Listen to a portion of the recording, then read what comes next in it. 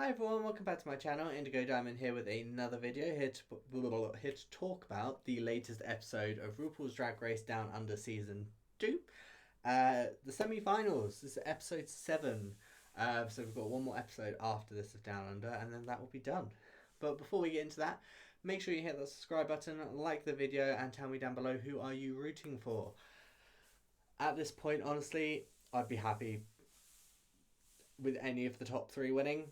I think all 3 are very deserving in their own way. All 3 have done quite well this competition.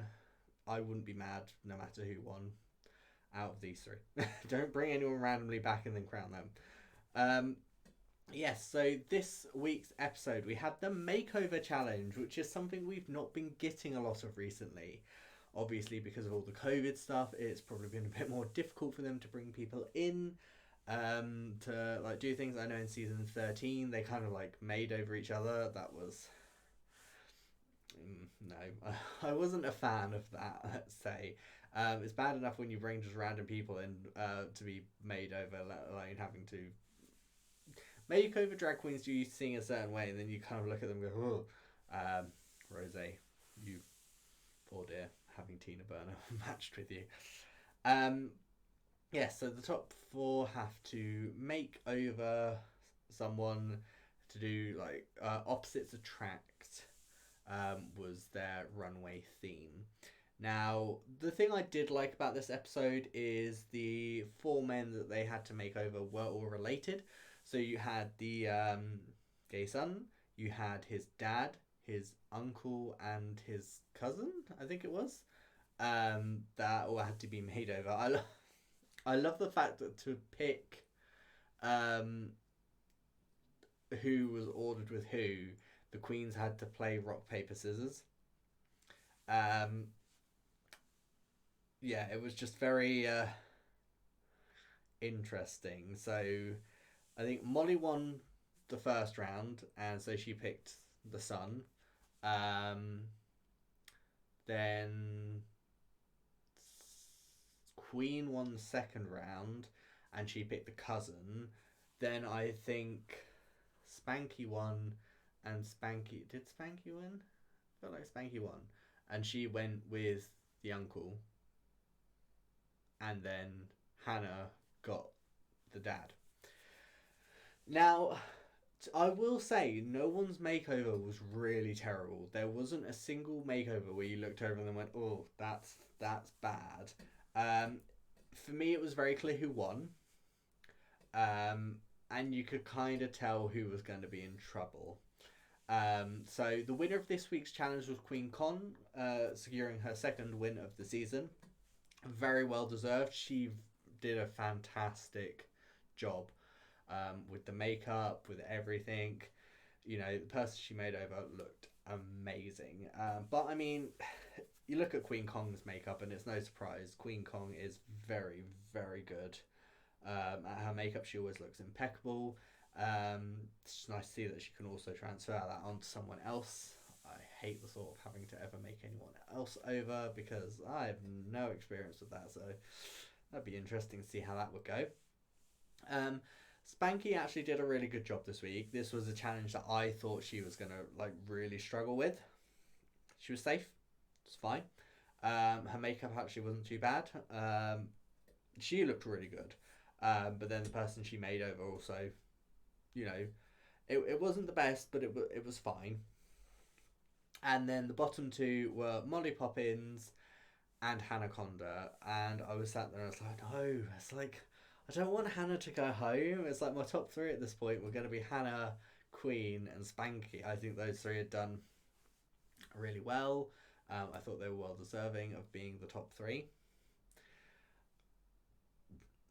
They lip sync, and Hannah wins the lip sync, which means unfortunately we do have to say goodbye to Molly Poppinz. But I think it was kind of Molly's time to go. You know, she won the first week, and then she kind of been on like a Jesus cough, steady kind of like path, and then she just kind of started to go downhill the last couple of weeks. So I love Molly. I think she's shown a lot of herself this season. I think it's been really great to have her on here. but I do think, you know, top 4 was her stopping point. So, you know, she's had a really good season. As I said about with Canada's Drag Race, you know, there's going to be multiple opportunities in theory should she want to come back. You know, we've got Versus the World, which they'll now probably be able to start including the like Down Under Queens in that as well. So it would be, if she wants to come back, she's going to have a chance to come back, and I'm sure she'll come back with a renewed fire to show off what she can do. Now, top 3, we have Spankie, Queen Kong, and Hannah. We have Spankie and Hannah have both had 3 wins, and I think both only been in the bottom once. Queen's been in the bottom a couple of times, and she's got 2 wins. Honestly, I think they've all got what it takes to win. They all have great attitudes. They're all clearly very good at what they do. I would not be mad if any of them won, if I'm honest. I could not tell you who's going to win over the others, because I think they're all kind of roughly about the same at this point. So I guess we'll just have to wait and see what happens in the final. You know, I don't know.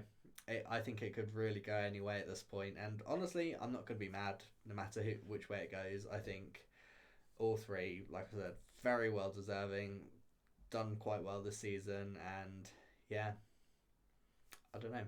Makes a big change from last season though. Like last season, I was like, I don't think any of them deserve it really.